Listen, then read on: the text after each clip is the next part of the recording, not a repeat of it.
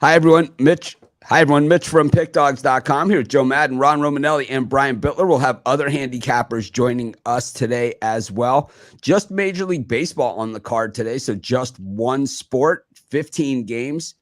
Maybe they'll actually get 15 full games in. I know Ron Romanelli, funny because, he was a little nervous about his Ron's Rundown best bet of the day, and he texted me and I said, well, we have the solution here for him. And I told him my lucky song. I gave him all the lyrics to it.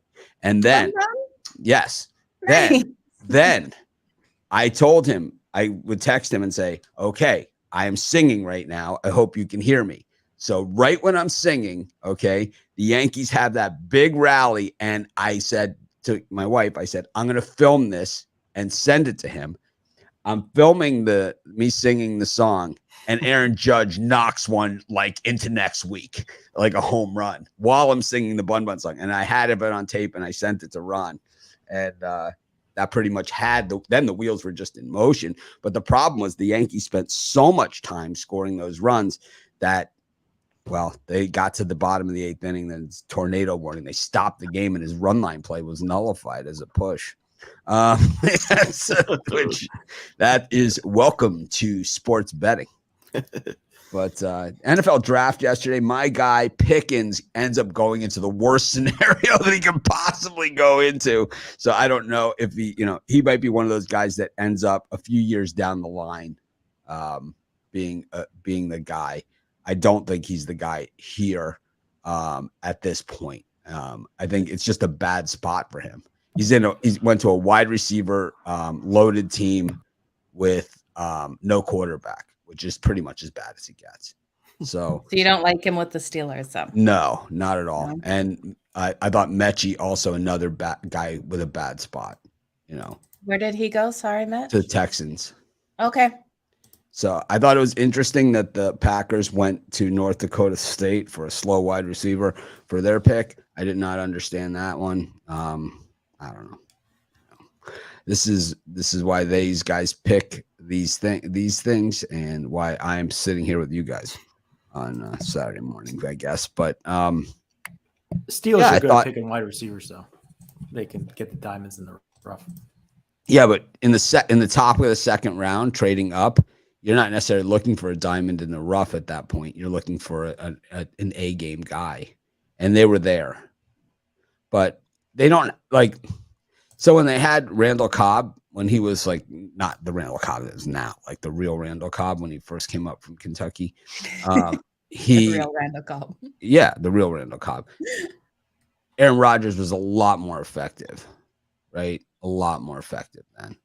So I just think that I don't know. I think this guy might turn out okay, but it's like he's more of a possession guy than the guy who's going to be the guy. And maybe I'm wrong. I don't know too much about him, to be honest. But I just know there was really good players out there. And they didn't I was surprised the Seahawks went with running back. They went with Kenneth Walker III out of Michigan State. I like him because he scores a lot of touchdowns. Okay. I don't love him because the game has gotten away from my NFL, which is the running game and defense, which is, I don't know. It's the running game and defense worked for so long. And now all of a sudden the running game and defense isn't good enough for everybody. It used to be, how do you win championships? You run the football, you play defense. I mean, it's a very simple formula.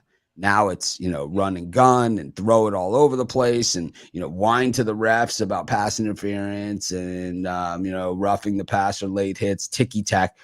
I mean, when I was a kid, we never cheered a roughing the passer against our own team.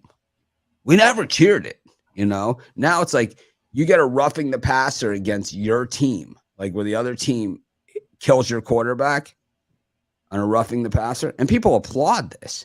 Like, we wanted their heads if that happened to our team. And it's like when we did it to the other team, we were excited about it.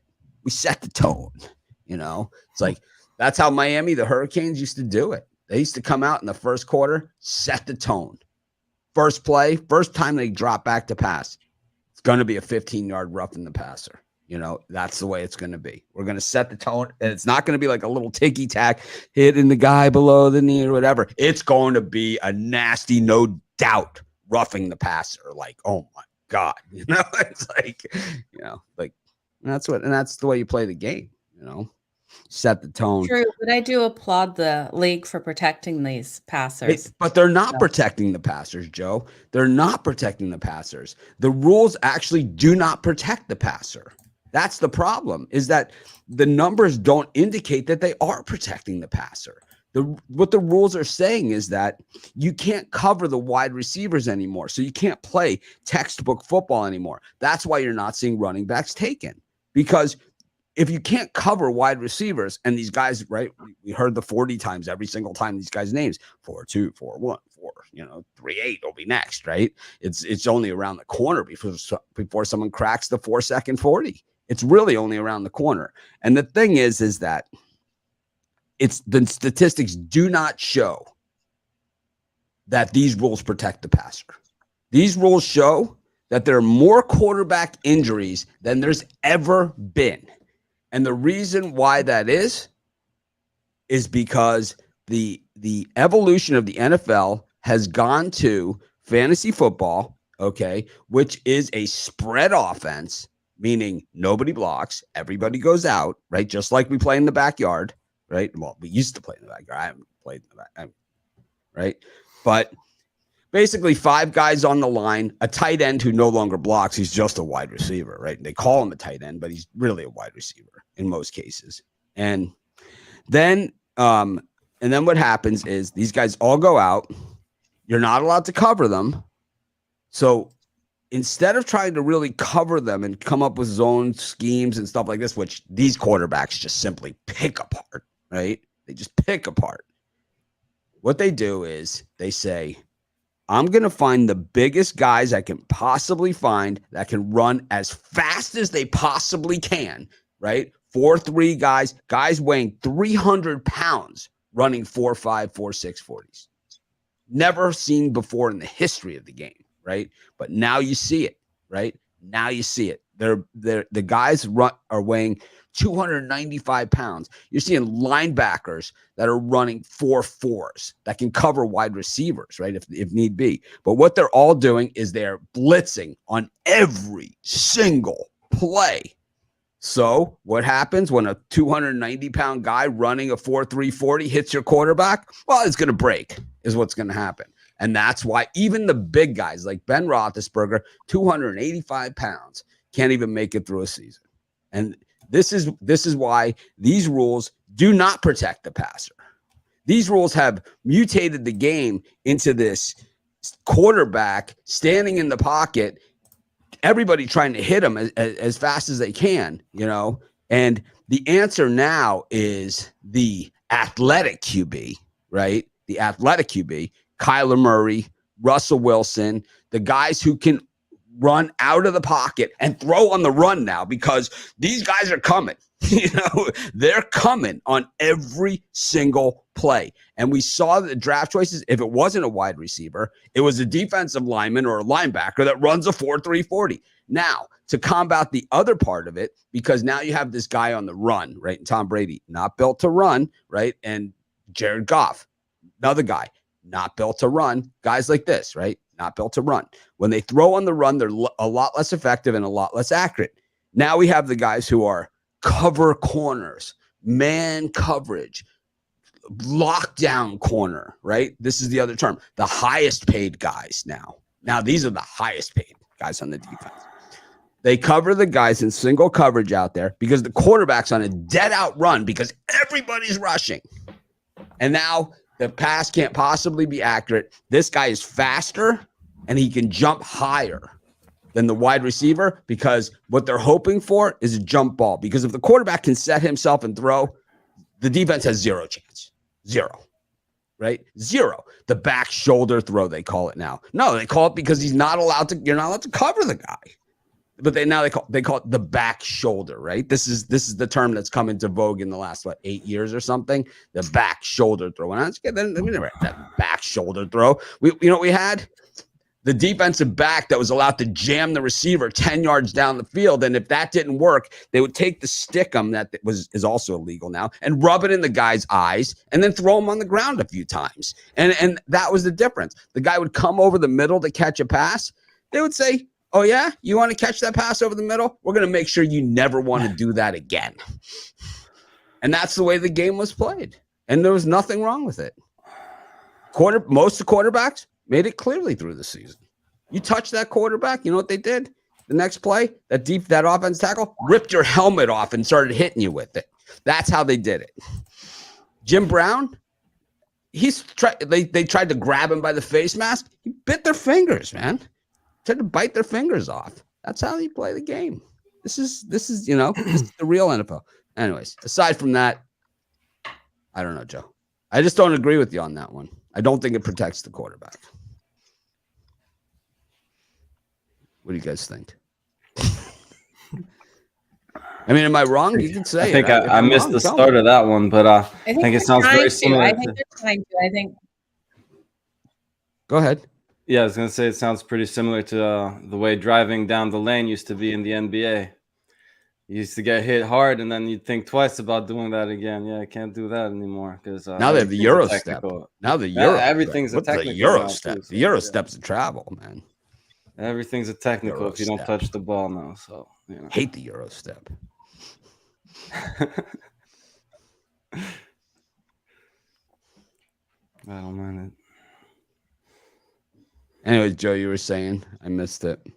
I'll talk to you. I was just saying I think they're trying to put things in to protect the passer here, protect the wide receivers, so we don't end up with so many people having issues after retirement with the concussions and everything that we have seen. But the results don't show that these methods work. It's kind of like the 5-man rotation in baseball and the all these relievers coming in and all this stuff.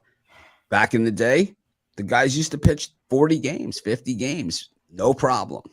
Now it's like, man, the guy pitches 3 innings. It's like he's out for the season with the injured arm. It's because I think the 4-man rotation kept the guys loose.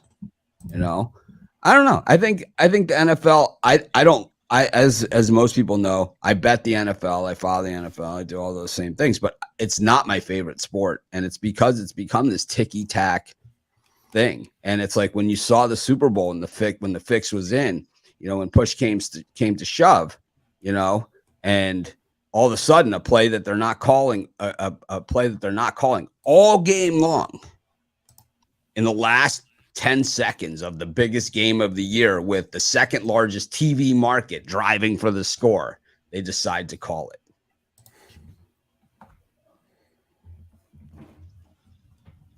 I don't know. Tough one to swallow. Anyways.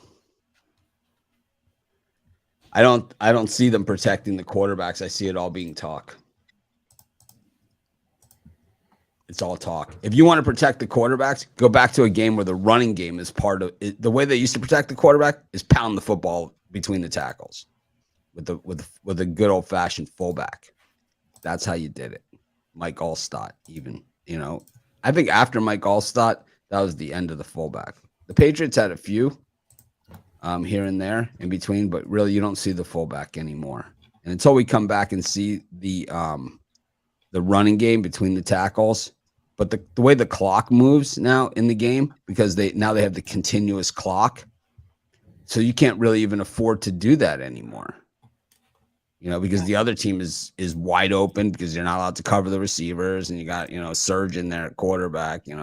It's like, if you touch him, it's a penalty, and it's this. What are they even doing out there? Anyways, that's my 2 cents on the whole thing. I just think if you want to protect the quarterback, then you would promote the running game, because that is how you protect the quarterback, is running the football.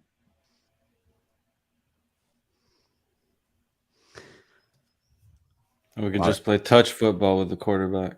It's what they're playing touch. in the NFL. It's what they're playing. It's like they're basically doing this. Okay, you do this, you do this, you do this, you do this, kind of type thing. And it's like, and Aaron Rodgers is the sandlot QB, right? He's the prototypical sandlot QB. He runs around. It never looks like a design play of any kind, right? Does one of these, one of these, whatever. Even Jared Goff's doing these, right? We're going to see Trey Lance doing it next season. To the other team. To the other team. We'll see. I think he's in for a big year. All right. Well, I don't think anyone wants to talk NFL anymore, unless you guys have some other comments about the draft. Ron, any comments about the NFL draft? You see anything you like or thing you don't like? The amount of wide receivers taken, Georgia players, all this other stuff. I was telling Joe and Brian before the show, I mentioned one of my classmates, Kair Elam. He was drafted in the first round. That was nice to see. Nice guy. But, the draft, I haven't really been paying too much attention to it for the most part. I usually just look at the recap after it. I think the Giants have had a pretty good draft so far, getting Thibodeau and Neal in the first round. But, for the most part, I'll be checking the recap pretty soon. Jovan, you think that some of these trades are sending a message to some of these prima donna guys that, like, hey, you guys are a dime a dozen, like Hollywood Brown and AJ Brown, right? I mean, these guys, top name players, just disposable in the NFL these days.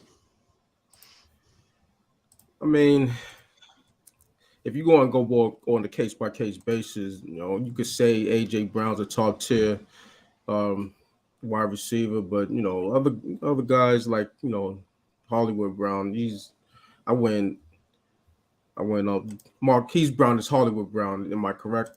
Yes. Right. Yeah, so I went and put him in that class, but, by and large, I just think that these NFL owners are cheap. So if they can, they'll dump guys and just try to replace them, however they can. AJ Brown, he's gonna be a piece that's gonna be missed in Tennessee, but I don't know what Tennessee's direction is. I don't the moves that I've seen them make, I don't think that's conducive to winning football, if you ask me. But I think that by and large, you see it with the Patriots. They have their philosophy. They think that you just plug and play with these players, and that's really not the case. Talent wins out for the most part. So I don't like the philosophy. I think there's a balance. Some guys, they should get paid. Other guys who do get overly paid, it kind of messes it up for other, for other players down the road. But I don't know. When it comes to that subject, I'm really more with the players. I don't know. I think, to me, when we look at teams like the Patriots, I think Bill Belichick makes the team. I think, it's just one of those situations where he's going to win regardless of who he has. And he's always just finds a way to do it. And we saw it last season, where they made the playoffs with a rookie quarterback. And you could say Tom Brady won the Super Bowl in Tampa Bay. They surrounded him with top flight free agents. It's not like Tom Brady came in and like, oh, it's the lowly Buccaneers of 1976 or something. It was like, let's go out and get, all these guys who basically were top 5 draft picks when they were drafted, like Leonard Fournette. He's like, and also ran on this team, that they go out and get, and they have, Mike Evans, and they're stacked, basically. But Bill Belichick came in, gets Mac Jones, 4th quarterback taken in the NFL draft, 15th overall. And they looked dead in the water halfway through the season. They got rung up on a Sunday night. And then all of a sudden they're on a heater, right? A dead heater, riding into the end of the season. Mac Jones kind of ran out of gas. The book was out on him. And, we're going to find out if his arm's strong enough to make some of these throws next season. but he certainly can find the open man, and that's a good thing to have. And it's just there are certain teams and certain players, and here's the knock on Alabama players in general, is that they've already been coached up to the top of their potential by the time they reach the NFL draft. And their ceiling is they've already reached their ceiling, the bulk of them. While many of these other players have talent that can still be groomed, and we haven't seen the best of them yet. And that's the argument and why you don't see these Alabama players excelling in the NFL one after another. Yeah, there's enough of them there that we have some that are, off the chart talents. But, for every guy that's a star, there's 10 that aren't, at least. For every Minka Fitzpatrick, there's Amari Cooper, who just basically flatlined 6 years ago. And, you see all these guys, Josh Jacobs, they did not pick up the option on him in Las Vegas because they know he's flatlined. These guys, they flatline out. So it's just, I think coaching has a lot to do with it. And I think, the system, right? The guys that fit the system. Like I said to Romanelli before and to Joe and Brian before the show, that my guy who I really liked going into the draft, the two guys that I really liked were John Mechie III and George Pickens. Okay, these are the two guys that I really liked. And both of them ended up in horrible situations, horrid. So, these are guys that we might look for 4 or 5 years down the road when they're able, or, maybe 2 years down the road when they're no longer part of these teams.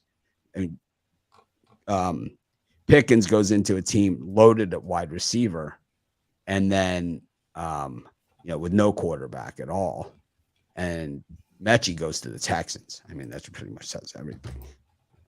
So, a lot of that has to do with how you land. Like, would Joe Montana have been the same quarterback if he went to, the Buccaneers? Probably not. Or Seattle of those days. I mean, you just don't know. But I don't know. The Ravens seem to always do really well. El Niños, any surprises in this NFL draft for you so far? Anything that you say? I know you're not big on the college game, but No, not only that, but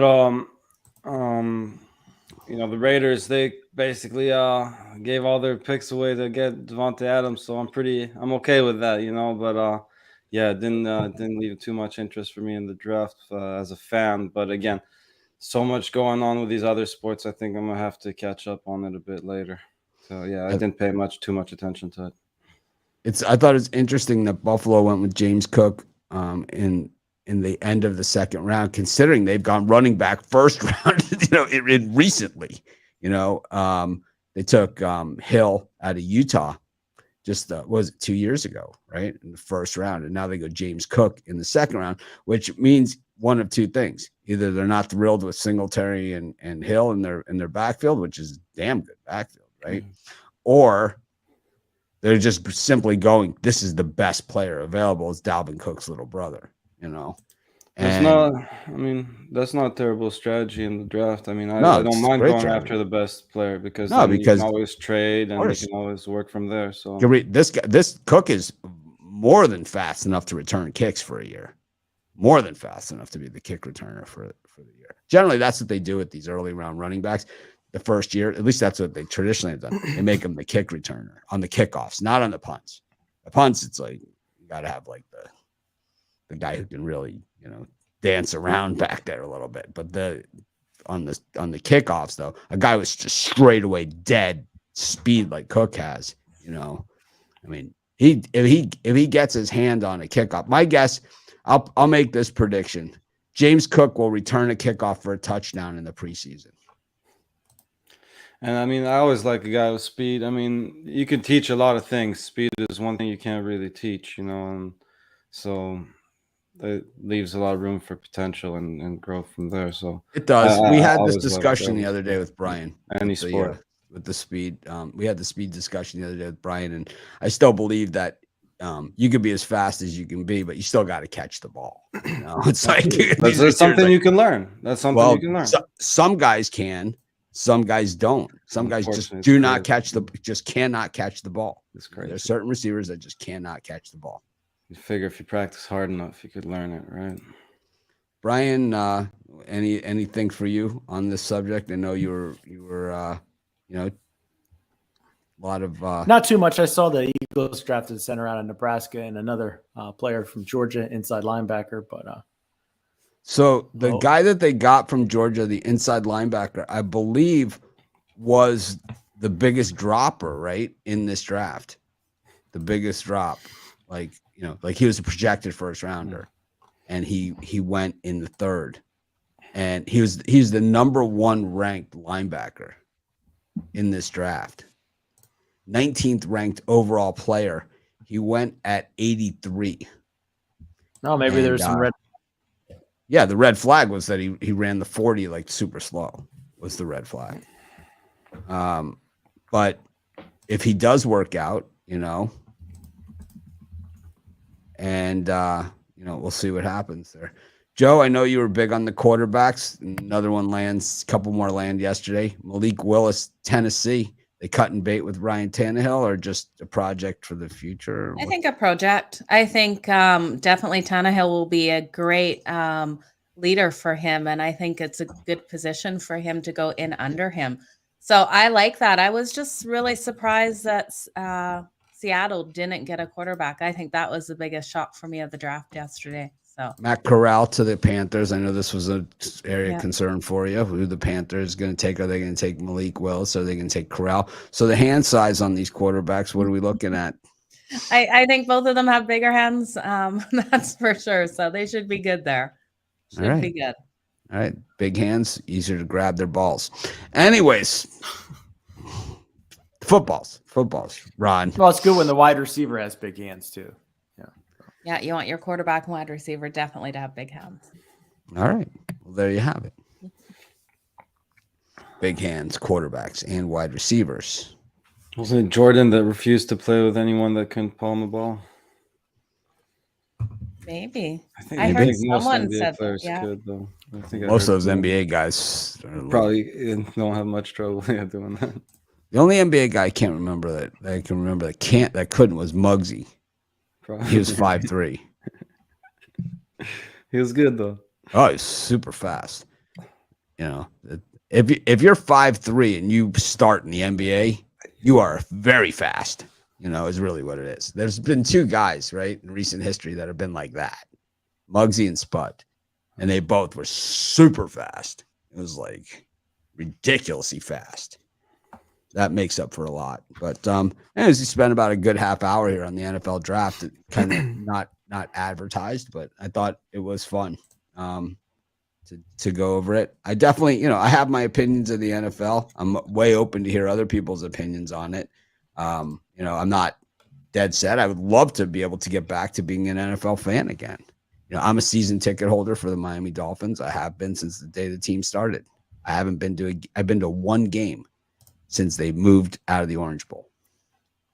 1 game. And that was in 1987 or 88. Monday night against the New England Patriots. It's the only game I've ever been to in this stadium that they're in. And I have season tickets. So, I would love to. If you move back to Florida, you might be attending more games in the future as far as Dolphins go. Yeah, it's unlikely.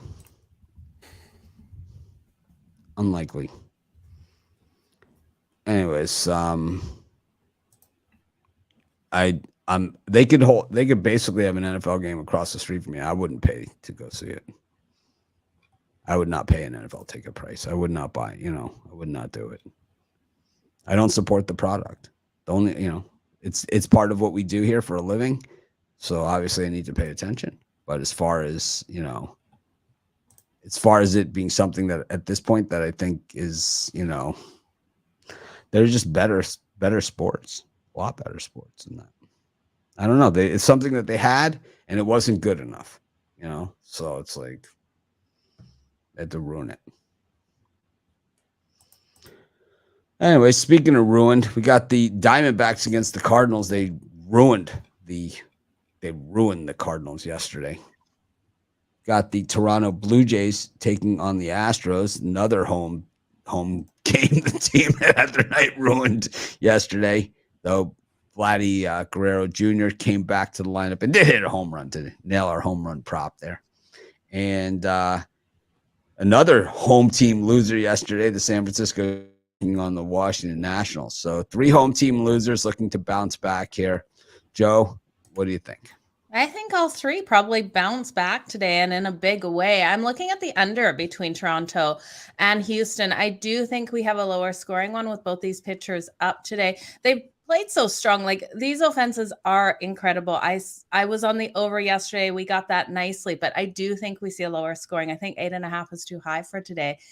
And then I like the under also between the Diamondbacks and St. Louis. Again, I think 7.5 is just not sitting right with me. I think this is, a 2-3 style game here. And I think the St. Louis Cardinals get it done. Brian Merrill Kelly, large and in charge here on the mound here against the Cardinals. Miles Miklos. This is the guy they've been talking about for the last several years. We're finally seeing what they were talking about from him. What do you think? These 3. Yeah, I agree with Joe. My boy Merrill Kelly on the mound and Miles Miklos, who I was rough on to begin the year, but he's really showing a lot of moxie here. He's 1-0 with a 1.21 ERA, and Merrill Kelly's been tough to hit. Arizona Diamondbacks not the best offense in the world. I see this one staying well under the 7.5. And yesterday I got burned by the Giants on the run line, but I'm going to go right back on them today. I think they get some revenge with Logan Webb on the mound, who's been consistently good all season. So no reason they can't get a 2-run win here against the Nats. Ron, what the FIPS going on with these 3 games? Well, I do think in that Astros Blue Jays, I like the over in that one. Both of these guys, not the best FIPS. But you look at Jose Barrios, especially, 4.91 ERA. The Blue Jays have been able to win all 4 of his starts this year, but he has not performed at a high level. He's coming off a good start against the Red Sox, but I think the Astros bats can get to him here. He's given up too many walks and homers. On the other side, Luis Garcia, the Blue Jays they just got to him last week for 5 earned runs, 2 home runs in 6 innings. So, I think their bats can get it done as well. One of the best lineups in baseball, so especially against right-handed pitching. So I like the over in this game again. What's the Astros record, do you think, with Altuve in the lineup versus without Altuve in the lineup? That's an interesting one. Because I he think hasn't really been in the lineup too much. I think it's been a losing record without him in the lineup over the last, since he's been with the team. I'm going to say it's losing without him. They sure could use McCullers too, this team. And Brantley. Anyways, Jovan, these 3. Yeah, I'm looking at some runs for this Houston-Toronto game. For the reasons that Ron said. I used to actually bet these games, these Toronto games. They used to be like 107, time on Saturdays, and I used to it depended on who the pitcher was, but I used to bet the overs on these games like exclusively, and they used to cash out pretty good on the over. But that was years ago. But anyway, for this one, I think the overs in play, and also think that Toronto should get the better of Luis Garcia once again. Jose Barrios, he does have a walk problem, but I think in this one, he should have a quality start. Maybe not pitch a jump, but not have a quality start, and they should win on the money line. Al Niños. Muted. Sound pretty good that way. Sorry about that. I like the Blue Jays. I like the Giants -1. And the way Cali's been pitching, I might take a shot with the Diamondbacks, but I don't like that one as much. Probably the under better in that one. Sticking with the Nationals on the run line plus the 1.5 here against the Giants. It was a win for me yesterday, and I'm going to stay with it. I'm going to ride it again until the wheels fall off. Giants just not good run line team versus the East. It just doesn't happen for them at home, and 0-7 against the East on the run line. Going to stick with the Nats here again. I think these are the spots, like these are the Bittler spots. These are the ones kind of where kind of everybody's leaning one way. I mean, someone left a comment on the YouTube, and I know I couldn't come off snarky on there because there's no tone or anything, but someone's like, oh, and the Giants do this and this, and they're naming all these things. I said, well, I guess the books are just standing out on the street corner with a stack of hundreds handing out money, because they're not going to do that. We know that. And, it was a perfect spot for the books to hit them with Anibal pitching yesterday. It was a perfect spot to sweep the leg. Right. And that's exactly what they did to them. And I could see it happening here again. Logan Webb has been okay, but it's not like he's number one starter, and it's not like he's a shutdown number one. He's going to give up 2 or 3 runs. And it's like all the Nationals have to do is get on the board, hit a couple. And they have a couple guys that can hit the ball out of the park. So even if like Cruz hits a solo shot, Soto hits a solo shot, it's like there it is, right? 3-2 Giants. So I like the run line for the Nationals again here. I think that this Blue Jays Astros is a great spot, and it was yesterday, and I think it's a great spot again for home run props and strikeout props. I think both these teams strike out at alarming rates. They both strike out people at alarming rates, and they both hit a ton of home runs. This is the quintessential. This is the prop game right here, because you could pick 2 or 3 players in this game to hit home runs. When you look at the Astros, 5th in the majors in home runs. When you look at the Blue Jays, 3rd in the majors in home runs. Then you look at striking teams out. The Blue Jays, 20th in strikeouts defensively, but about 8.5 per game. The Astros about 8.5 per game, but both of them strike out, at the same rate. So there's going to be a lot of striking out, a lot of home runs, and the Astros are hitting 213 as a team, near the bottom, one of the worst hitting teams in baseball, really bad. Batting 213, 25th. In the majors, that's what not having Jose Altuve in the lineup does to you. I mean, who would ever think that the Astros, 213,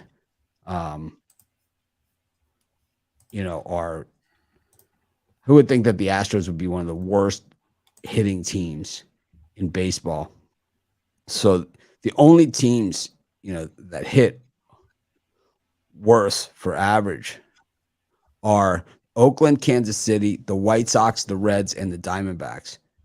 But teams that hit better than the Astros, the Baltimore Orioles, the Texas Rangers, the Tigers, the Pirates, all these teams hit better. The Washington Nationals hit better than the Astros. 20 points better. Miami Marlins. Just saying, just throwing it out there. It's early.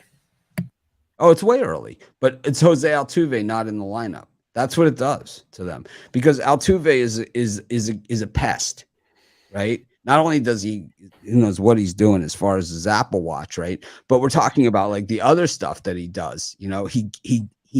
He's a tough out at the plate. Okay, he's a tough guy to keep off base, even if he's a great hitter. He can hit home runs. He can hit for average. He can do it all. And then when he gets on base, well, you got to watch out, because he's always a threat to take a base on you. Makes the next guy. Then he gets on second base. And then we know what he does when he's on second base. He's looking at the catcher doing this, right? He's a pro at it. He's the best at it. Don't rip his shirt off. He's the best at it. So I think not having Altuve is really killing this team. I like Merrill. They put up 11 yesterday. So I looked at the betting tools here, and the Diamondbacks, right, are the under the radar team here on the betting tools. I thought it was going to be Seattle and Miami, which they have been good as well, but it's actually the Diamondbacks that are the cold-blooded killers here on the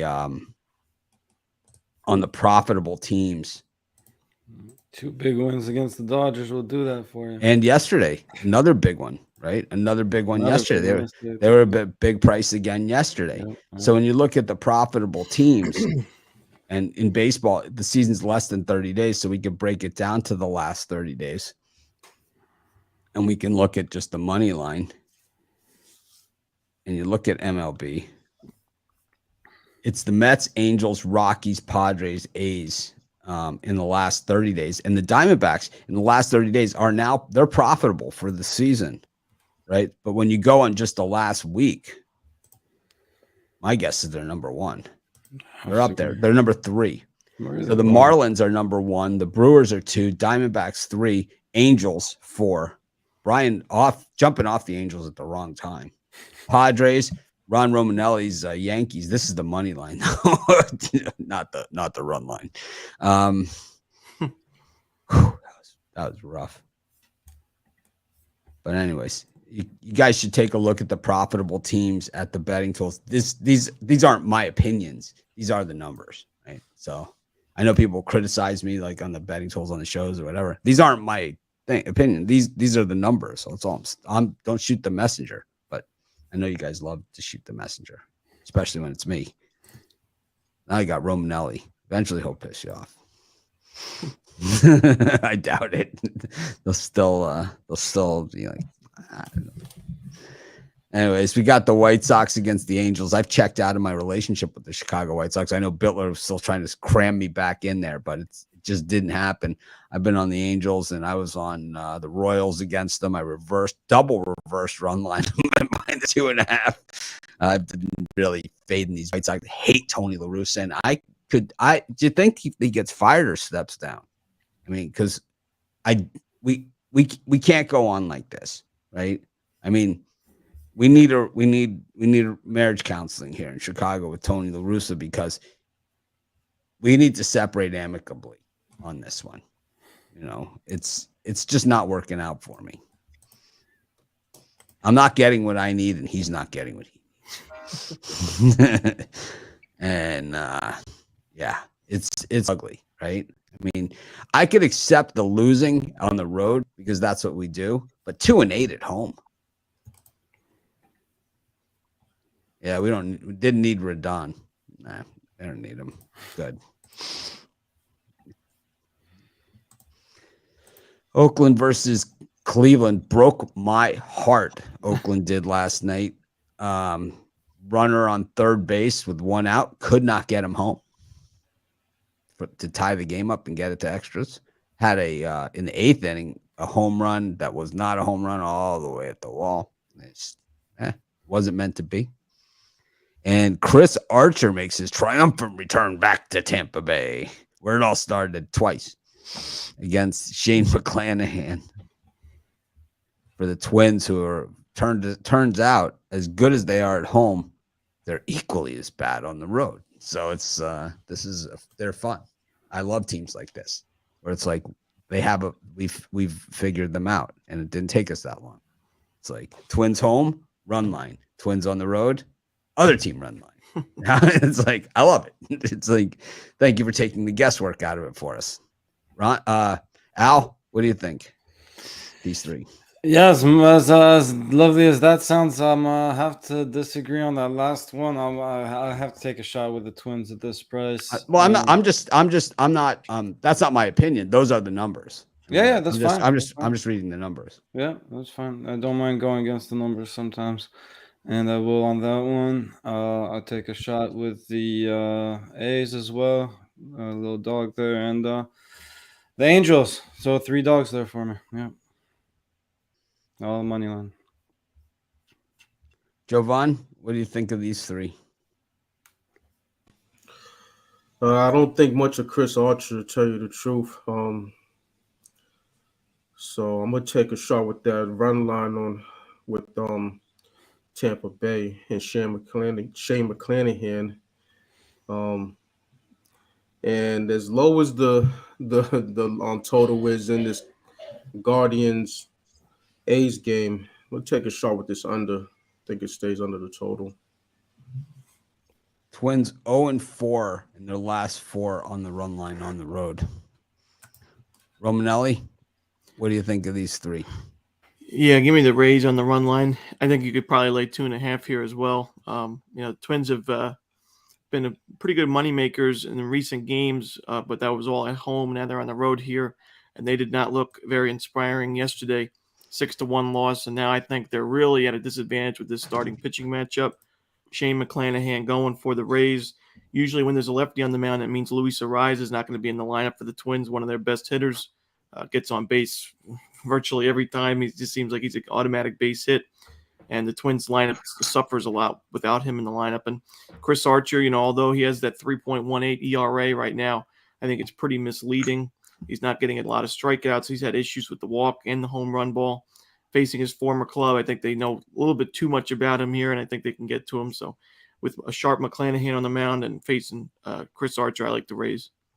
Brian, just the right amount of Chris Archer hate for you, or not enough? Yeah, I'm going to jump with Romanelli and Jovan here, take the Rays here on the run line. McClanahan, I think, has been their best starter. And they're really really going strong here. The Rays are playing Rays baseball, winners of 3 straight.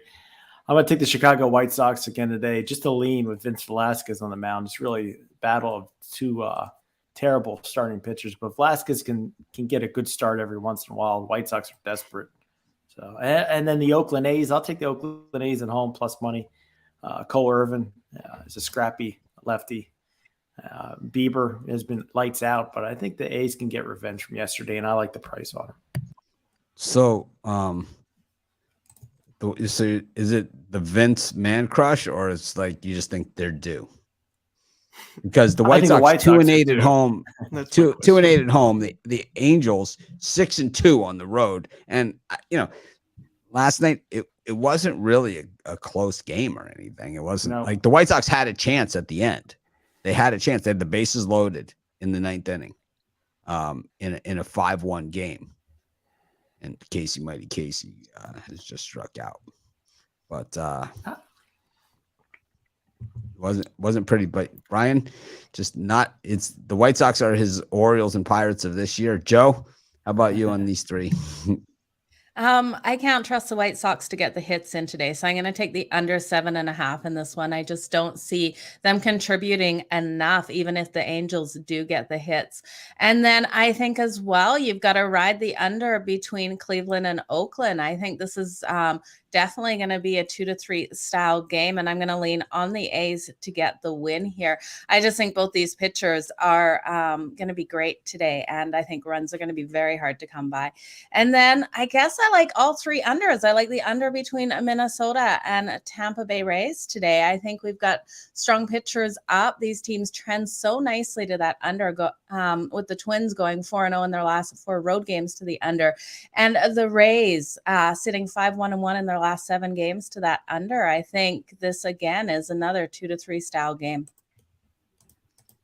All right. When we look at the leaderboards at pickdogs.com, Al Ninos, the favorites are running. Al Ninos is running with them. That's how he generally rolls. Everyone has their own style. Al likes primarily favorites, and it's working for him. So we certainly we're not criticizing, it's just different styles. But Al Ninos up 2,120 units for the month of April, which is straight fire. Smoke. Congratulations, Al. I think it's the best run I've ever seen you on, personally.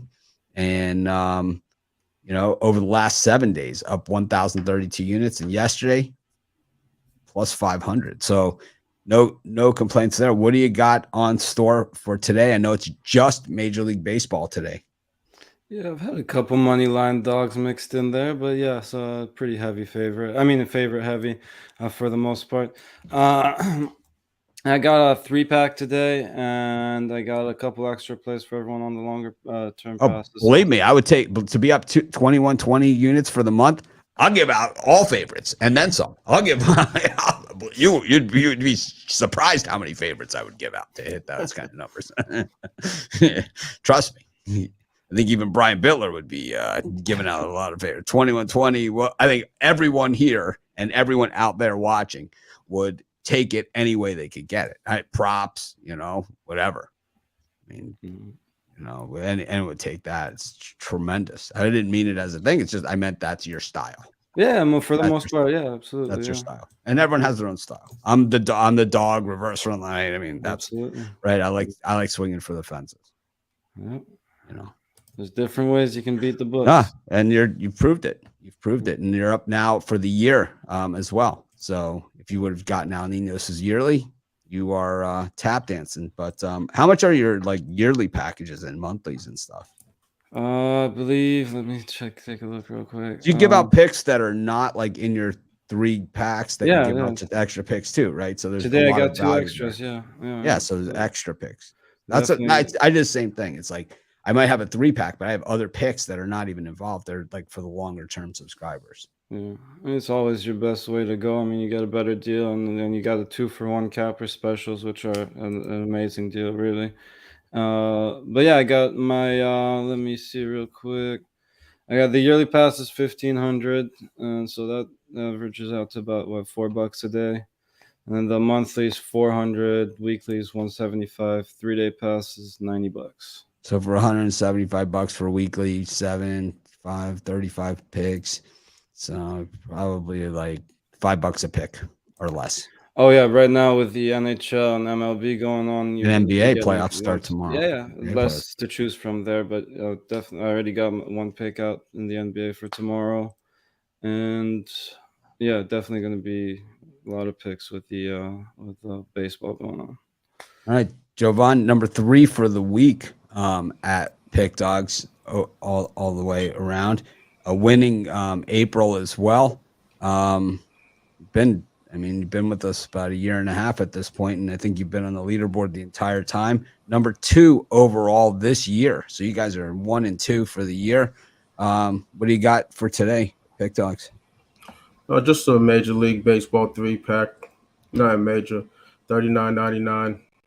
You know, so just MLB today. Tomorrow, NBA, you're gonna be doing the playoffs, and Oh yeah, absolutely. I'm running hot in basketball, so I better put out something. I love the YouTube comments. It's like, oh, this guy gives out the totals on these games, and it isn't even true, But it's like does give out a lot of totals, but it's like they're winning and they pay as much as the side.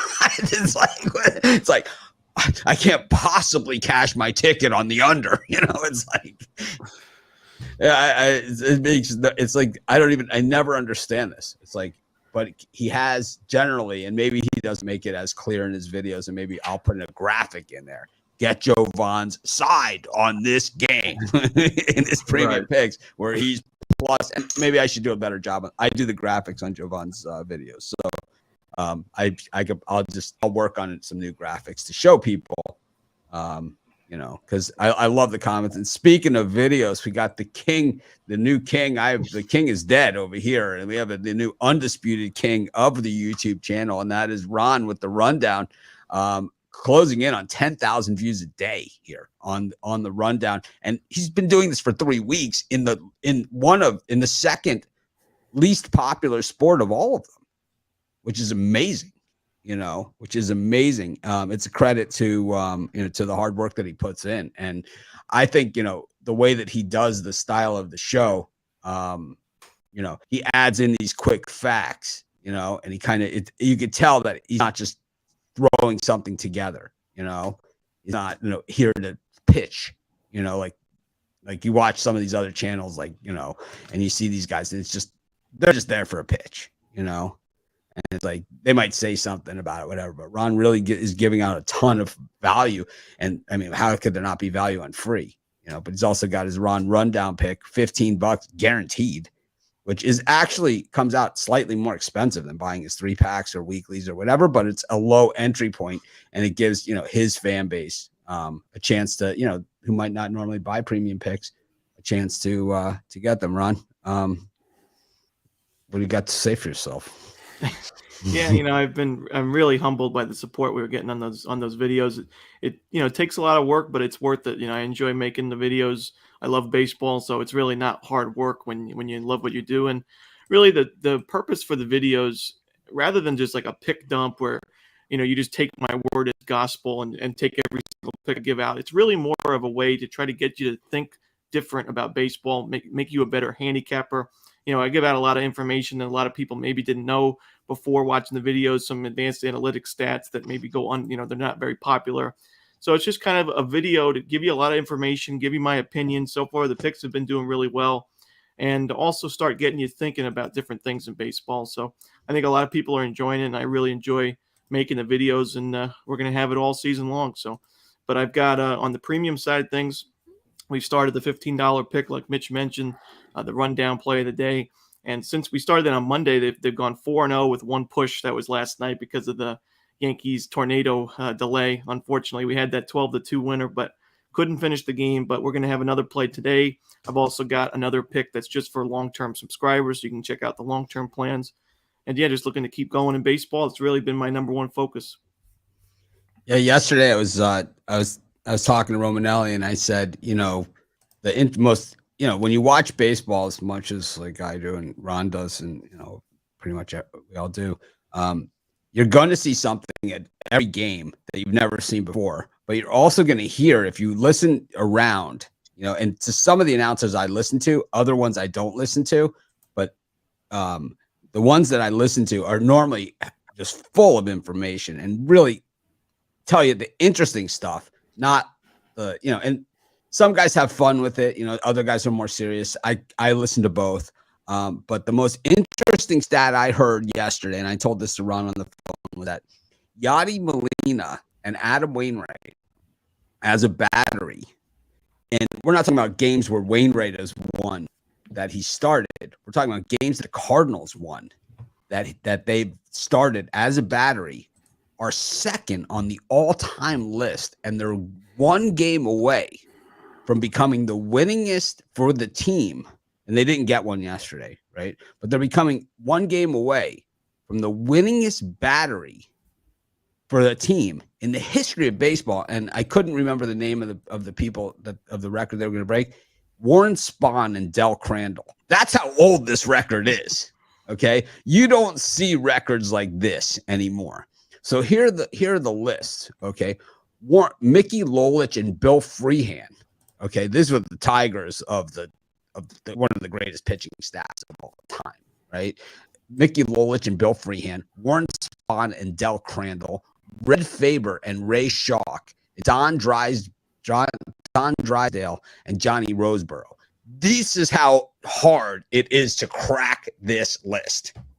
To have the longevity of the catcher and the pitcher remaining on the same team and being able for the team to win that many games. I mean, look at these teams. That Tigers team, World Series, they played in the World Series. They had the 20 games and 30 game winners on those teams. Warren Spahn is, Hall of Famer, first ballot guy, right? Don Drysdale, Johnny Roseboro. I mean, these are the LA Dodgers when they moved from Brooklyn, right? And these are the guys. Red Faber and Ray Schalk. You got to be kidding me, You're on the list with these guys. I thought it was pretty amazing. It's all about staying on the same teams, and then there's the longevity of being able to do something like this. And that's why this list is one of the toughest to crack. But I thought it's pretty amazing. Anyways, Brian, what do you got for sale?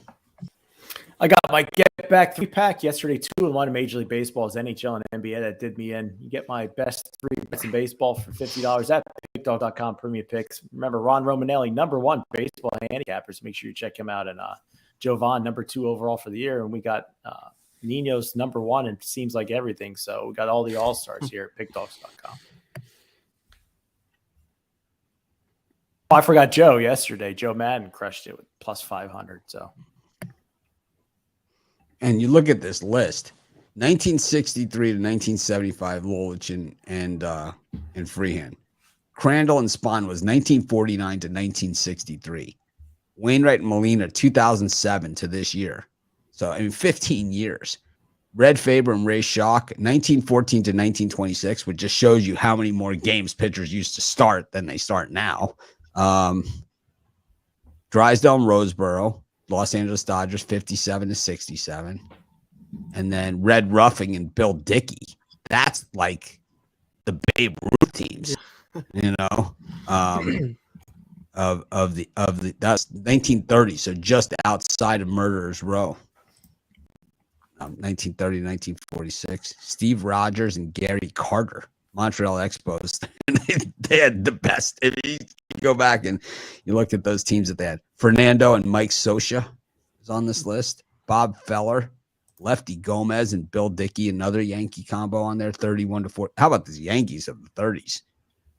They had two guys on the top 10. And Tom Glavine and Javi Lopez are on this list. Steve Carlton and Tim McCarver for Bryant's team. Tom Seaver and Jerry Grody. Steve Carlton. Lefty Grove, Mickey Cochran. Whitey Ford and Yogi. Man, this is an epic list. This is like the epic of epics. Joe Madden on the epic list, plus 503 yesterday. Yeah, Doing it on the ice, good doing it on the yesterday. diamond. What do you got going on? I got a 3-pack today in the MLB. So you guys, some of these games kick off in the earlier section of the day. So make sure you head over to pickdogs.com to grab those. What have you got, Mitch? I have an MLB 3-pack, but I have extra picks as well in there too. So be sure to check those out. I guess that's these Dodgers too. The 57 to 67 Dodgers were also had a crazy pitching staff too with Drysdale and Koufax, two guys that you might have heard of that are both on the list. Whitey Ford and Yogi are on here, and this is a crazy list. I'd never even have looked at this stat before, but it's like every guy on the list is like, you know. So you got to figure Adam Wainwright is a Hall of Famer. I mean, every pitcher on this list is a Hall of Famer. Every single one of them. Well, it goes by your ERA, wins and losses, and strikeouts. Well, Adam Wainwright's got. I don't know. I'm not saying he's got the full Monty. Well, no, I mean if we look, and Yachty is a first ballot Hall of Famer as well. Yeah, sure. You know, but we look at Adam Wainwright, and you know what? He kind of does have the resume here to get it done. You know, he does. He doesn't excite me. Well, he doesn't need to excite you. He's got several World Series appearances. He's got, you know, he has the full Monty here, man. He does have it. He does have it, man. 40 years old out of Brunswick, Georgia. 2026 career strikeouts. Second to Bob Gibson on the Cardinals all-time list. Not too shabby.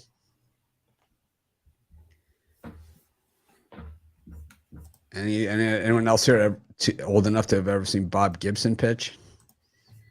Oh, nope. Man. Oh, you saw Babe Ruth pitch, didn't you? Well, when you see, if you ever watch, there's a station called ESPN Classics.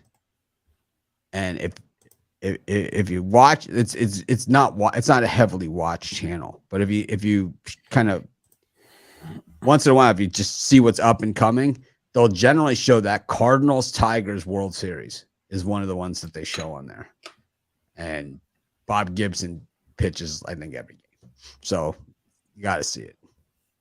It's pretty amazing. One of that he threw. Anyways, I can go on and on about this stuff. Let's get back to today's games. I know this is what everybody cares about. And we are at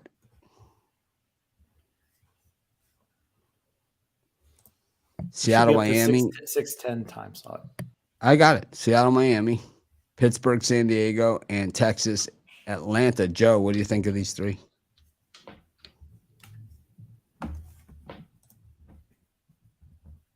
Muted. Sorry about that. Apologies, you guys. Give me the Padres to get another win here over the Pirates. I think we have a higher scoring one as well. Padres just dominated with that 7-3 win yesterday, and I'm seeing a really similar game in here. I think both teams will be able to get some runs to take us over this number of 7. And then I think what we saw out of Miami yesterday, they played a really strong game. They're 6-0 in their last 6 overall. The Mariners are just struggling against Miami, going 0-4 in the last 4 meetings, 2-5. Sorry, that's in Miami, and 2-5 in the last 7 meetings overall. And in interleague games, as the underdog, they haven't been strong. So I think Miami gets another nice win here in a lower scoring game as well. Brian?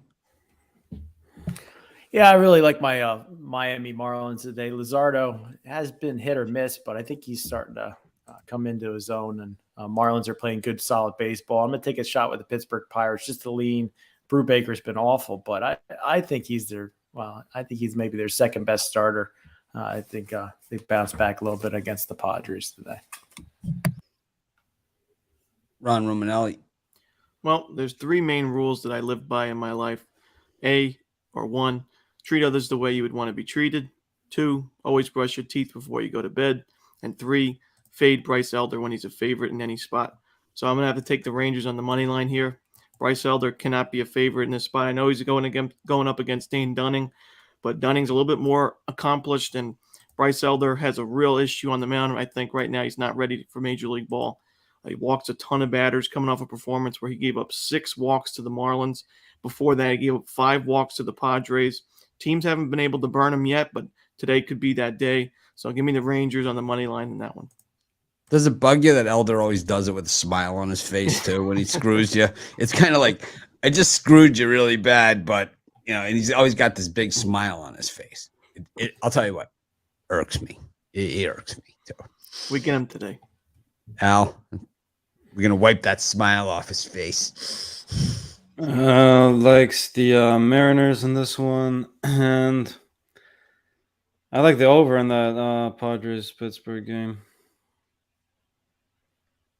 I think if the wind's blowing in, but just 4 miles per hour. If you look at the trends, they've played to the under lately, but over when they play in Pittsburgh. So I'll take my shots with the over in that one.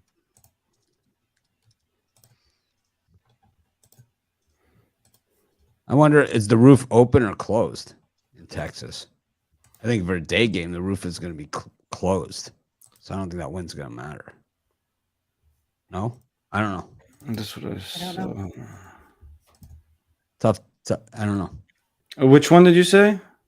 Which game are you talking about? Texas Braves. You said the Oh, no, I'm talking about the Padres Pittsburgh over. Oh, okay.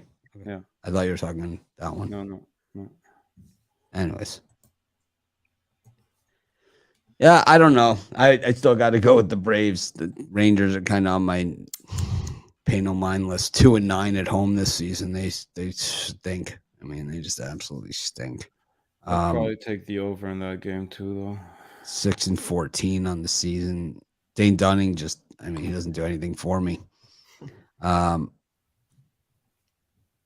like the Pirates against the Padres. I went down swinging on the Pirates yesterday. I got all excited. They were up 2-0 in the first inning, and I should have played them first inning. I like the yes runs first inning. I'm not a nerfy guy. I'm a yerfy guy. Yerfy? And, yes, and I think the nerfy is the new square bet. I do believe the nerfy is the new square bet, and we went over this on yesterday's show. I think it was. We talked about it. Brian and I had this discussion that the nerfy is the most counterintuitive bet out there for the square better. It makes not even any sense to me to them because the square bettors loves the nerfy and the over. It's like, right? They love the nerfy and they love the over. So it kind of like wouldn't and the one that we did say yes runs first inning, Trevor Rogers. Always. He's always, it's like he's our guy, right? Trevor Rogers is Mr. Yes runs first inning. He's our guy. But I think he gives up more first. What about Jordan inning. Lyles? Jordan Lyles first inning runs. He's been a little tougher this season. I think that this Mania Brubaker, I think we could see some runs in the first inning in that sucker. I think both these guys are fully capable. I like the way Mania pitches, but the issue I had, and the same issue I had with him in Oakland, he's just wearing a different uniform. He throws every pitch is a strike, right? He doesn't throw any balls. Really, he doesn't. But if his pitch has a lot of action when it's coming over the plate, when it flattens out, he gets crushed. I mean, really hit hard. I don't know. The Bucks generally at these home weekend weird games, this is where they generally play really well. I'm gonna have to go with Pirates here. Hoist the Jolly Roger. And I don't know. I just enjoy fading Nathan Eovaldi. Just always have, always will. Oh, we're not on that game. But I also I think that you got to go with the Marlins here. They've won quietly, very quietly, 6 in a row at this point. Luzardo kind of showing why that he was the guy that they wanted. When they went to trade Marte last year, they had a lot of options.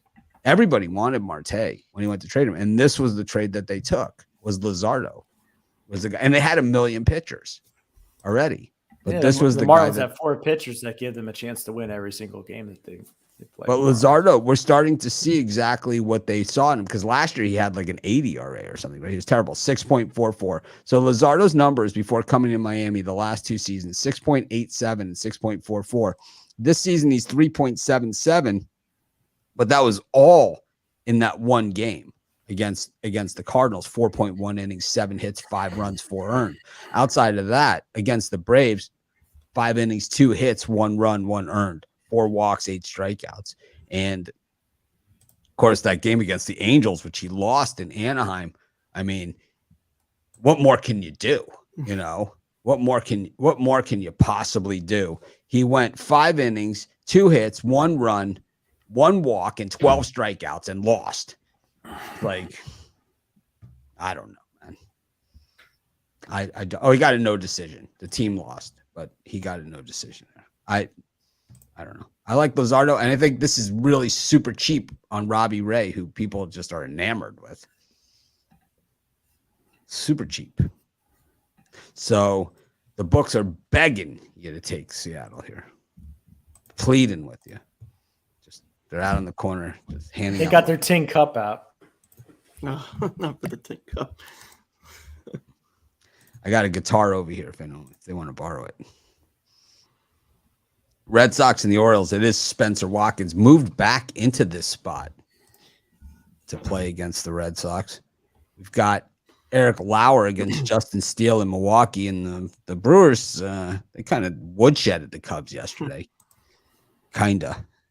They really were whooping it up too on them. Like when they hit the home runs after home run, they were dancing and high-fiving and kind of like really in their face in it. I think what happens is you get those games in Milwaukee, especially the weekend games like that. There's just a ton of Cub fans there, just tons, because it's really close to Chicago. And yeah, I think that's why the Brewers were jumping. I think Bernie the Brewer, whatever his name is, I think he ripped a hole in his pants because he went down that slide so many times in that game yesterday. It's like, man, so yeah, everybody was hitting home runs. And then speaking of home runs, Taijuan Walker's facing off against Kyle Gibson, Citi Field. No hitter yesterday for the Mutts. I don't like these combined no hitters. I don't know how you pull a pitcher out with a no hitter. Al Ninos. Speaking of pitchers pulled out this year with no hitters, who do you like in these 3? I like the over in that Brewers game. I like the Mets. I don't mind taking a shot with Baltimore, but not crazy about it. That's the 3 we're going over, right? Yes. How about you, Jovan? Yeah, so I can only look to the over with this Baltimore Red Sox game. I expect more than the 8 run total that they have posted. And I think that's it. I'll stop there. Ron Romanelli, Willie Adames, Christian Yelich, Andrew McCutchen, Hunter Renfroe, Jace Peterson. Renfroe had 2 homers, so it was 1, 2, 3, 4, 5, 6 home runs yesterday for the Brewers against the Cubs. And I'm telling you, it was some slow ass trips around the bases on those too. I mean, I think there's a chance. I mean, you generally don't do it on the road, but I could see the Cubs throwing at them today. They were really high-fiving. You know, there was a lot of ass slapping going on. Yeah, when you see Jace Peterson going deep, then you really got to worry about you. Yeah. I don't remember the last time he hit a home run, but yeah, you know, in that Cubs Brewers game, I think the price, I think I missed on it a little bit. It was open up at like 150. Now it's up, I think, 170. Not in love with that price, but I still would lean the Brewers there. I do think Lauer is pitching really well, and Justin Steele not so much. So I think the Brewers have every reason to win again. But I also like the Red Sox on the run line here. I mentioned on the rundown that Eovaldi, you know, although he's given up a lot of home runs this season, a little bit has been unluckiness. As 30% of the fly balls he's allowed have gone over for a home run. You're not going to see that stat stay that way the rest of the season. It's going to go down to at least 25, 20%. So he'll have more success without limiting the long ball. And he's a good pitcher overall. He just needs to watch those homers. And Spencer Watkins, I can't even think about backing him in this spot. His ERA is low for now, but I think it'll be rising pretty darn soon. So I'll take the Red Sox and lay the run line. Lorenzo Cain moved down into the 8th spot here for the Brewers. He has not been hitting, you know, to start the season. He's 171, but he did get 2 hits yesterday. Man, if he heats up, look out. This team is going to be very, very tough. I mean, they're doing this without him, and I consider him their second best player. There's a there, like he's not, but that's okay. Andrew McCutchen is taking his spot in the line in the 4 spot, and he had a home run yesterday. He's heating up a little bit. Yeah, the Brewers are you know, I believe they've made the playoffs more than anybody, right? Over the last 10 years, they've made the most. So no reason, no surprise. Doesn't hurt that you play in the same division as the Reds, Pirates, and Cubbies. And the Cardinals, though. Yeah, Cardinals. Those two, it's really been Brewers Cardinals division the last decade. Cubs had a good run there. Yeah. They had a strong run. Yeah. Over the last, you know. Brian, what do you think? Yeah, I think Nathan Eovaldi's a little bit priced high here. I'm going to take the run line in the Baltimore Warriors with Watkins on the mound. Orioles let me down yesterday, but I think they keep it within a run, and I'll take the Brewers, lay the run line. Lauer's been pretty sturdy for being one of the Brewers' 4th or 5th option, and Steele looks like he's hit the walls, and the Cubs have looked awful. I'll take the Brewers run line there. Joe Madden. Yeah, I agree with Brian here on the Brewers on the run line. I look at the Cubs and they're struggling too much. They have been strong against left-handed starters, but I don't trust them to get it done. And I think the Brewers are just playing too well at the moment. And then give me the New York Mets and the over in this game. Walker has had some shoulder issues. So if the Phillies do get a couple hits on him, I think we do go over this total. So I think I like the over the best, actually, over 7.5. I like the over in the Mets Phillies. I think either of these teams could easily go over the 7.5 by themselves against these two pitchers. Walker has only pitched 2 innings this season. Remember last year, he was so strong before the All-Star break. And then after the All-Star break, he had a complete meltdown. He kind of looked like the same Walker that we had seen in Seattle. Meanwhile, Kyle Gibson, same thing. You know, he was really, really strong. 2 games before the trade deadline, the wheels came off the cart, and they're still off. As far as I'm concerned, I think we're not going to see a no-hitter today at Citi Field. That's for sure. Could be the opposite. I don't know. I enjoyed watching the Brewers do all the celebrating against the Cubs. And if they do it again today, I'll be pretty happy. And I had the Orioles yesterday, and they had the bases loaded in the bottom of the 9th inning, down by 2 runs. Didn't get it done for me. So it's the nature of the beast. That's what life of betting the Orioles is, but at 6-14, you're really still not in that bad a shape, you know, with the Orioles compared to some of these other teams when you look at the money. situation, which is, of course, is something we care about. So I just think that the Orioles so far, if you bet them every game, you're down about $14, and for the Red Sox, about $13. So when it comes to the money, these teams are pretty even.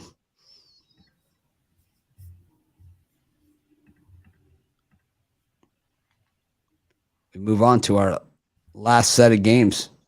Yankees against the Royals, the tornado that took down Romanelli yesterday. It's what it took. It took a tornado to stop this guy and his heater. He gave out the run line in that game, and up 12-2, tornado stoppage. That's what it takes to stop this guy. Got the Rockies against the Reds. Chad Kuhl against Connor Overton in this one. The Reds, it's hard. I can't imagine.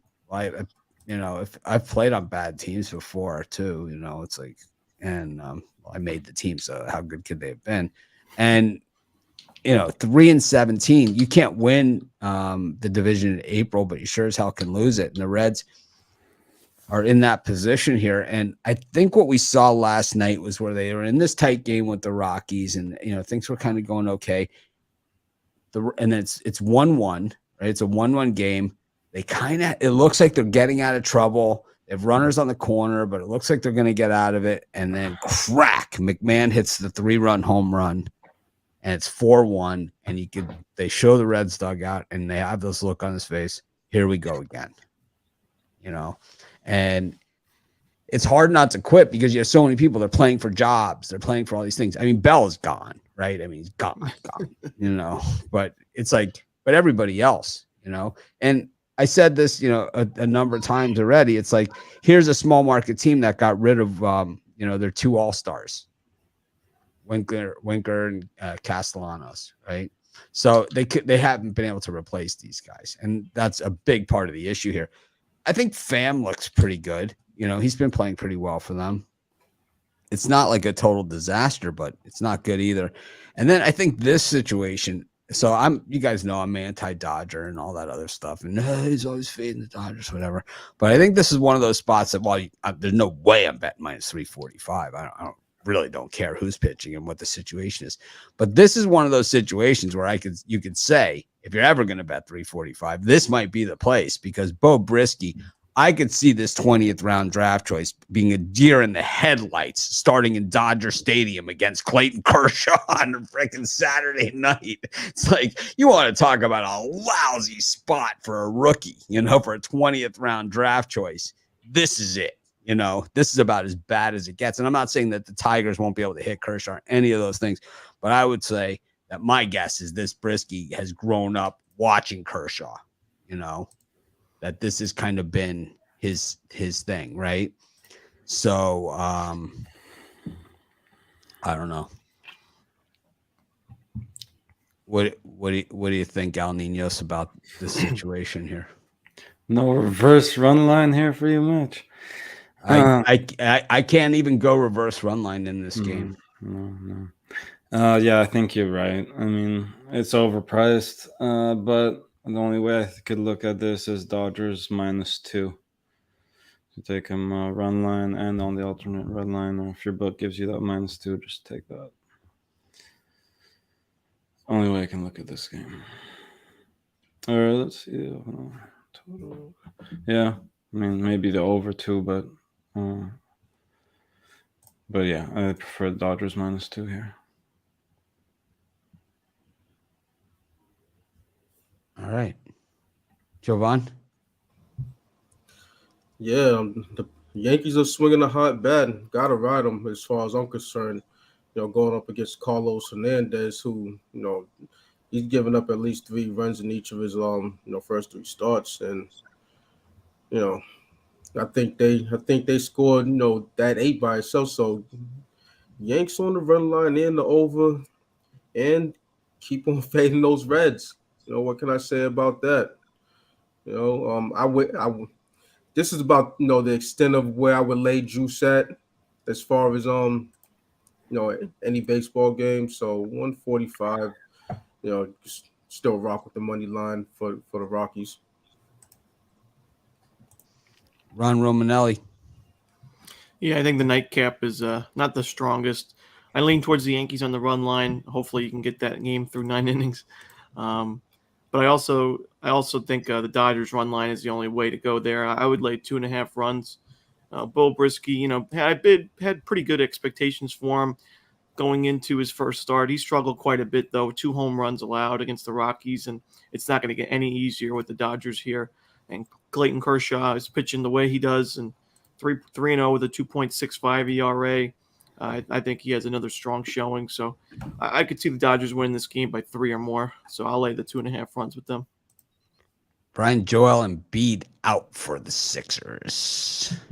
Yeah, well, maybe somebody else will step up there in game 1. I think it's all over but the crying. Anyways, what do you think of these 3? We're talking about baseball here, and I'm surprised you guys are turning your nose up at 3-1 on your money with the Tigers. If you look at the numbers for Brisky in the minors, he was pretty. I understand. I love Brisky. And Kershaw's a 5-inning guy, but this is a deer in the headlights spot for a 20th round draft choice. If there's going to be a deer in the headlights spot, because Brisky, it wasn't like he came out on fire in his major league debut. Oh no, not at all. But you're getting 3-1 on your money against a Kershaw who's gone 5 innings last 2 starts. I mean, he's awesome, Kershaw.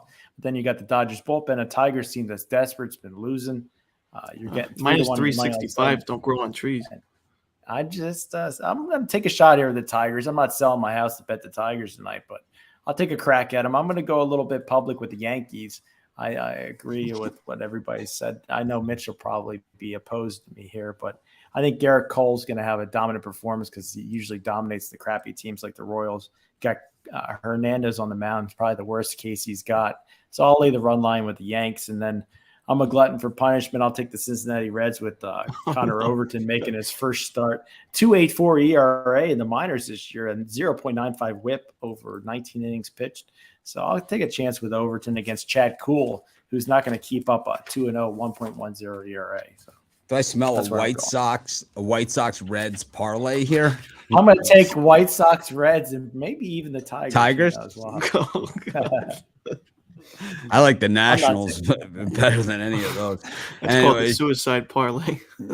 It's called Nationals are going to get their ass kicked. It's like the scene from Vegas Vacation. It's like, how about you hand me your wallet? I go out back and kick you in the balls a couple times, and we save ourselves a little bit of time and aggravation here. Joe, what do you think about these 3? I'm gonna roll with the New York Yankees here on the run line too with Garrett Cole. I think they just come out and have a great day. I do like the Colorado Rockies to get their team total over. I think we can trust more in them than the Reds. This total of 11 is high, but as long as the Rockies come out and play the game that I'm expecting, I think we can count on the Reds to get a couple of runs here and get over that 11, but I'd be counting on the Rockies to get the majority of those. And then give me the LA Dodgers here on that run line as well. I like them in that first 5 on the run line. We can get that at minus 114 for those first 5, and the over 4.5 for that first 5 as well. And excuse my dog, I'm going to mute myself. Dogs are barking. Oh, it's not a good sign when you're talking about the favorite. I'm on the Royals here. I like them. I see where Brian's going with all these dogs, but I think the dog here is the Royals. We know that Hernandez is better than this. We saw the Royals hit Nestor yesterday, who's a better pitcher than Cole. And then, the hand of God came down and stopped the run line against the Royals, the run line damage there. So I think that, destiny is in their hands here, with the Royals. And I think they get it done here. I think they do.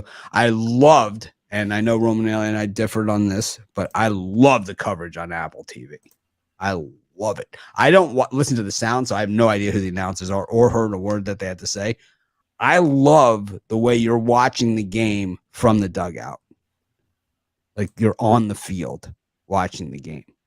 It's just such a different angle than we see from any other broadcast out there. It's like you're watching the game from the dugout. Like they capture the angles of the game in ways that I've never seen it on TV before. when the guys are running around the bases, it's like you're on the field, you know, like you're in the dugout when they're running around the base. Like it's just a different way of capturing the game. And I think they've done an amazing job with it. You know, if you didn't see it, the Yankees Royals last night was on Apple TV. So was the Giants Nationals game. And it's just, so normally when you see baseball, there's that same angle of you know, it's the pitcher, you know, throwing to the catcher and whatever. But this, they're showing it like from a dugout angle, sort of. And it's like you're on the field. It looks like you're on the field. And like when you see the guys, you could see just how wide that dirt is between second and third base. You know, you could just see like it's just impossible. Like they don't capture it on the regular TV like the way they do it on the Apple TV. I wish I had a picture to show you guys what I meant. And maybe today I'll do some screenshots to show everybody, but it's amazing. You know, it's really, really cool the way they cover it. It's just, I have to give it to them. According to Romanelli, the commentary needs some work. I don't listen to the commentary, so I don't know. I was listening to the Cardinals game. Tell me about Wainwright and Yachty. Picking up some other tidbits. Wanted to hear what the announcers had to say about the Reds. You know, the situation in Cincinnati. It is a situation. There's an issue there. You can't ride it out with your manager. You're winning 3 out of 20 is what? Is that 15%?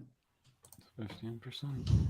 15%. 1 point, you know, that's terrible. All right. Just got a parlay. Al Nino's parlay prop. Anything? I don't mind going last. If you don't mind going around the horn, don't have I'm one ready set to up go, with yeah. me. Yeah. All right. Well, then go right ahead, Brian.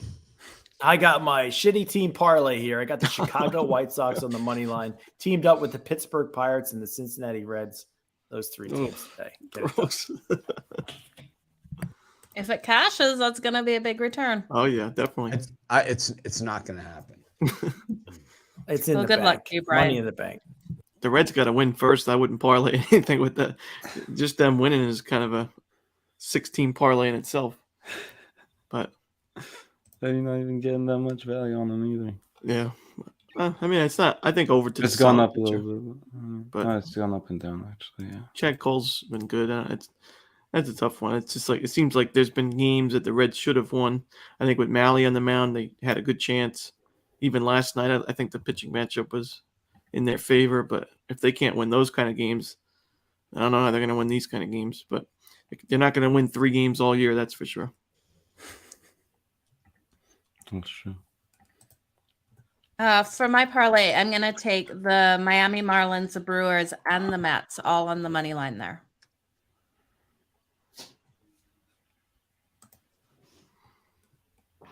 Who's up? I'll throw out one. Rays run line, Padres run line, Yankees run line parlay. I like Ward to hit a home run here for the Angels. I like it a lot. I'm going to double down on that one. Getting 4-1 on my money, and I think it should be even money. There's no chance. Sorry, go ahead. Go ahead. You can talk over. No, me. because it was about the Angels game. There's no chance Syndergaard pitches today, right? Because he was supposed to pitch yesterday, and he didn't go, right?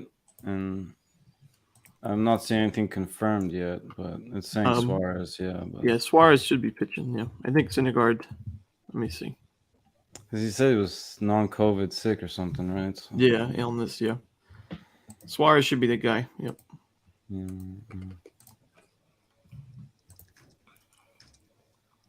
I like that Taylor Ward prop quite a bit, actually. You said it's plus 400, Mitch? Yep. Yeah. I think that's a solid play. He's just been hitting such a hot bat. He's batting over 400 right now. And Vince is pitching. Yeah, I mean, nobody gives up more homers than Vince. The thing is that he looks like a greyhound out there on the mound, too. He just has like the perfect textbook form. It's like, right? And then he throws it and it's like smack. It's amazing, you know. It's like he throws it just so perfectly. It's It's amazing to see. Anyways, I like the over in the Rangers-Braves game. We're going to wipe that smile off of Bryce Elder's face. I like the over in the Mets-Phillies matchup. I think that both these teams, I like the team total over for both teams as well in that one. And I like the Washington Nationals plus the 1.5 here against Logan Webb and the Giants. I think you could even go reverse run line on this game once again. I love my Giants, but sometimes it's time to get off the ship. And this looks to be one of those times. But, I'll go Blue Jays, A's, and Angels. Blue Jays, A's, Angels. All right. No Kershaw. The little Yeah, I mean, Dodgers you can, kicker. obviously. Dodgers kicker. You could also go Dodgers, Giants, Blue Jays if you want. So I'm to showing on the Dodgers, Al, speaking, and we know you love this, and we know minus 345 is hard for you to not bet. But if we look at some of these like advanced run lines on the Dodgers and see if there's any value whatsoever here, and this is my wheelhouse, right? So yeah, -2, -127. I think that's a decent price for you can't lay runs and odds over the long term, over the long even haul. the You will lose money. You will lose money. Yeah, if you lay runs and haul's odds over the long haul, the data says if you lay runs and odds over the long haul, I'm not saying you'll lose every single bet that you do that. I'm saying that over the long haul, the data shows you will lose a lot of money laying runs and odds, because in sports betting, and I'll stick to my same strategy, and you're up 2,000 something units for the month, but obviously, for me, I believe that the books always have an edge. So it's always about maximizing return. It's always about maximizing return. And when you're laying odds, you're not maximizing return. You're basically trying to cut your losses. So you're playing not to lose. You're not playing to win. And when you play not to lose, the books have you right where they want you. It's like the person that doesn't shift their money on the blackjack table. They got you right where they want you. I think it depends on the situation. I mean, obviously, you can't go do this every day or blindly with every -300 favor. Although there's usually a reason they're -300s. I wouldn't go doing it blindly. The only reason that they're -300 is to weigh the betting odds. It has nothing to do with probability and outcome. It only has to do with betting money action. The odds on a game, the point spreads and odds have nothing to do with probability of outcome. It only has to do with the money on the game. It doesn't, it doesn't. There's no correlation to that. At least not that I know of. Not maybe direct, but I mean, obviously, there's they think basically they're saying that people are going to be willing to bet -300 on the Dodgers today, which I'm sure will be on 95% of the parlay tickets today, but again, yeah, so you can't, I don't bet that number for a single bet. And you could do -2.5. I see that at even money, but I'd much rather lay a little bit of juice and get the insurance. If they end on 2, I push rather than lose. And to me, I like doing a lot better with the -1. 1 is a much more key number, if you will, than 2. But again, so if you rather go -2.5 even money, but you probably won't find that everywhere. I've seen it -2.5 at -110 as well. So if you're doing -2.5, -110, I'd much rather do -2 at -127. How about Again, -4 at 2 to 1 on your money? -4.5. Then that's something maybe you can do a little bit of money line and a little bit of -4.5, and then you'd get it around even money, and that might not be a terrible bet either. -4 at +179. No, that's not close. Yeah, I mean, you can do a bit. You can do -1.5 and -4. I don't know. Or is this one that you just say, you know what, I gotta let this thing go. Gotta let it go. I bet the -2, so that's how I went with it. I got -2, -127. I think that's a decent price for tonight. If you prefer -2.5 at even money, that's fine too. If you, as you said, you don't want to be laying juice too often, especially in spots like this. Dodgers team total at 4.5 here is -140 on the over. I think that's the best bet of all of them. Yeah, those I really don't like laying juice with totals or team totals. Yeah, but it's only 4.5. Yeah, I'd rather go -5 and get even money or whatever the price on that It could is. be over 4.5 by the first inning. It could, very well could be, yeah. But again, on those, I'd rather try to find the -5 and not lay that juice there. All right. Interesting. That's just me. Interesting discussions here. I'm all ears. I'm listening to it. I just think that, I find it really difficult to lay odds and runs. I think that you're walking into a trap, when you do that. You have to be careful. You can't do it blindly, that's for sure. Well, it just, the numbers show that if you do it, you will lose money over the long term. You will. And it's like you're betting against yourself. You're betting against yourself because you're not getting any bigger return on investment. You're not getting a bigger return on investment. So what's the point? You need to get the return on investment. You're still betting $10.